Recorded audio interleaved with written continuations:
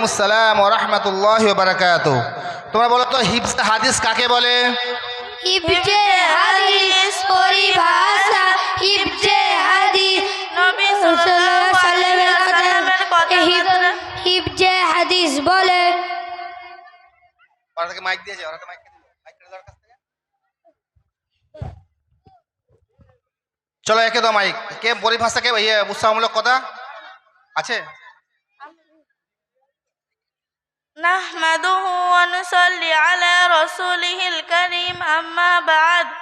সম্মানিত সুধী ও বন্ধুগণ, আমাদের নবী সাল্লাল্লাহু আলাইহি ওয়াসাল্লাম বলেছেন, যে ব্যক্তি আমার উম্মতের উপকারার্থে 40টি হাদিস মুখস্থ করবে তাকে কিয়ামতের দিন বলা হবে, জান্নাতের যে দরজা দিয়ে ইচ্ছা প্রবেশ করো। আমাদের নবী হযরত মুহাম্মদ সাল্লাল্লাহু আলাইহি ওয়াসাল্লামের হাদিসসমূহ পড়া, মুখস্থ করা এবং তাকে জীবনের বাস্তবায়ন করা অনেক বড় সওয়াবের কাজ। তাতে আল্লাহ তাআলা সন্তুষ্ট হয়, জীবনে নূর সৃষ্টি হয়, দ্বীনের ওপর চলার তৌফিক দেন। সুতরাং আমাদের হাদিসসমূহ মুখস্থ করা উচিত। মাশাআল্লাহ, মাইকের হাতে দিয়ে দাও। হিফজে হাদিস বিষয়বস্তু হচ্ছে দিনিয়াত মক্তবের মাধ্যম দিয়ে 14টা বিষয়বস্তু, যেটা আপনারা জানেন অনেকেই, যে আমাদের ছাত্রছাত্রীরা আলহামদুলিল্লাহ অনেকটা মুখস্থ করতে পেরেছে। এখন হিফজে হাদিস সম্পর্কে আপনার সামনে শোনাবে। বলো বাবু, হিফজে হাদিস কটা হাদিস মুখস্থ আছে? হাদিস নাম্বার 1, ঈমান সম্পর্কিত। আদ-দীন ইউসরুন, অর্থ দিন খুব সহজ। হাদিস নাম্বার 2, ইবাদত সম্পর্কিত। মিফতাহুল জান্নাতিস সালাত, অর্থ নামাজ বেহেশতের চাবি। হাদিস নাম্বার 3, লেনদেন সম্পর্কিত। মান গাশশা ফালাইসা মিন্না, অর্থ যে প্রতারণা করে সে আমাদের অর্থাৎ মুসলমানদের অন্তর্ভুক্ত নয়।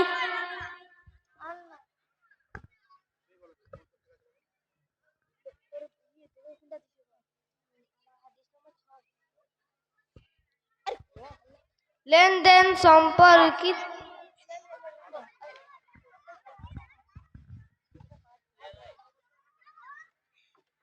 লেনদেন সম্পর্কিত। ইজতানিবুল গজব, অর্থ রাগ থেকে দূরে থাকো।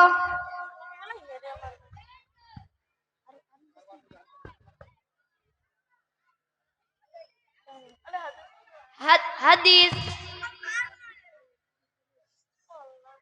তুবা লিমান তাবা কাসবু, অর্থ সুসংবাদ ওই ব্যক্তির জন্য যার উপার্জন হালাল।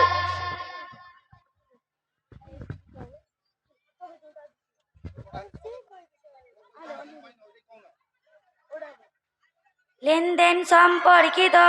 মানিন তাহাবানু পাতান ফালাইসা মিন্না, যে ব্যক্তি কোনোদিন চিনে নেয় সে আমাদের অর্থের মতো মুসলমানদের অন্তর্ভুক্ত নয়। হাদিস নম্বর 17, ইবাদত সম্পর্কিত।